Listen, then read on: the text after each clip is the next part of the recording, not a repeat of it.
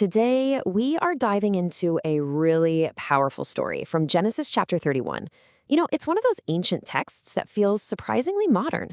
It's all about what it means to endure some pretty profound injustice, to keep working with integrity when you feel like no one's watching, and then how to find that moment of vindication when you least expect it.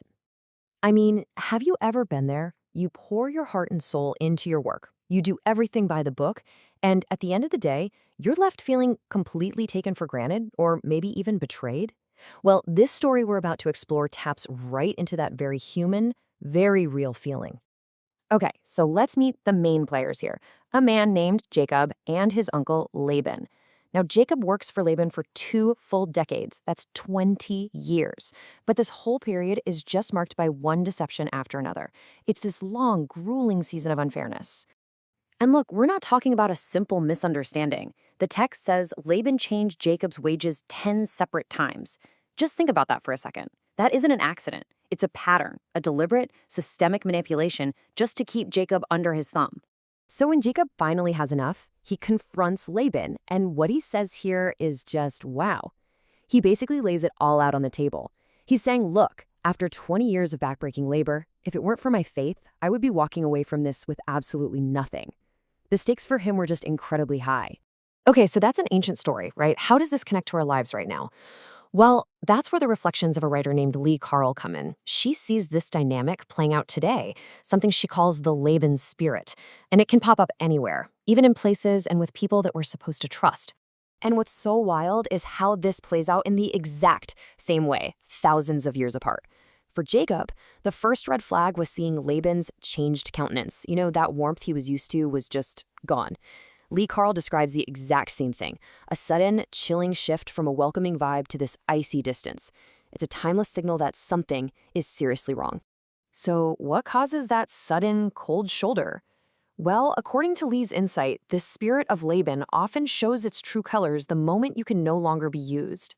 As long as Laban was profiting off Jacob's hard work, everything seemed fine.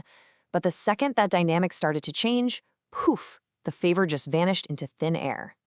In every story of endurance, there's a breaking point, right? A moment where your faith gets put to the ultimate test. For both Jacob and, in her own way, for Lee Carle, there was a specific incident that brought everything to a boiling point and forced them to make a really tough decision. For Lee, that breaking point came during a performance. She was all set to sing a vocal part. But behind the scenes, without anyone telling her, the whole arrangement was changed and her part was just cut, gone. It was this deeply confusing, really hurtful moment of being excluded by her own community. But here's where the story takes a turn, and it's a big one. Instead of trying to get revenge, both Jacob and Lee discovered that their resolution, their justice, came from somewhere else entirely. Their focus wasn't on getting even, but on a kind of higher vindication. And the parallel here is just brilliant. When Laban literally chases after Jacob to harm him, God steps in and warns Laban in a dream. And for Lee, right after that painful exclusion, she gives a solo performance that was so anointed, so powerful, it brought overwhelming praise. In both situations, the injustice was answered, not by human scheming, but by divine intervention.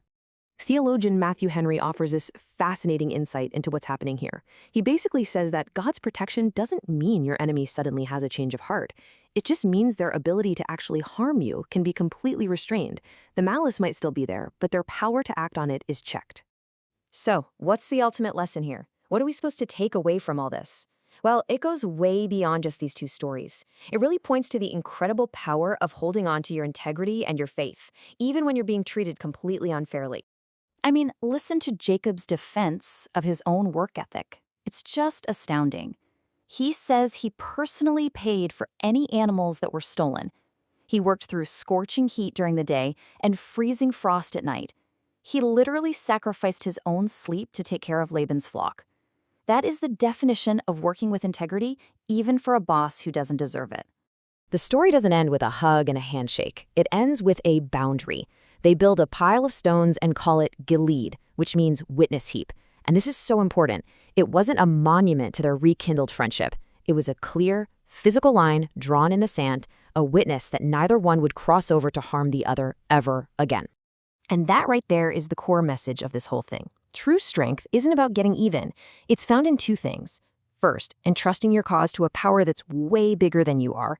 And second, having the wisdom and the courage to set up firm, healthy boundaries for yourself.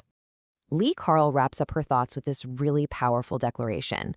It's this quiet confidence that just lets go of the need for revenge and instead places its trust in ultimate justice.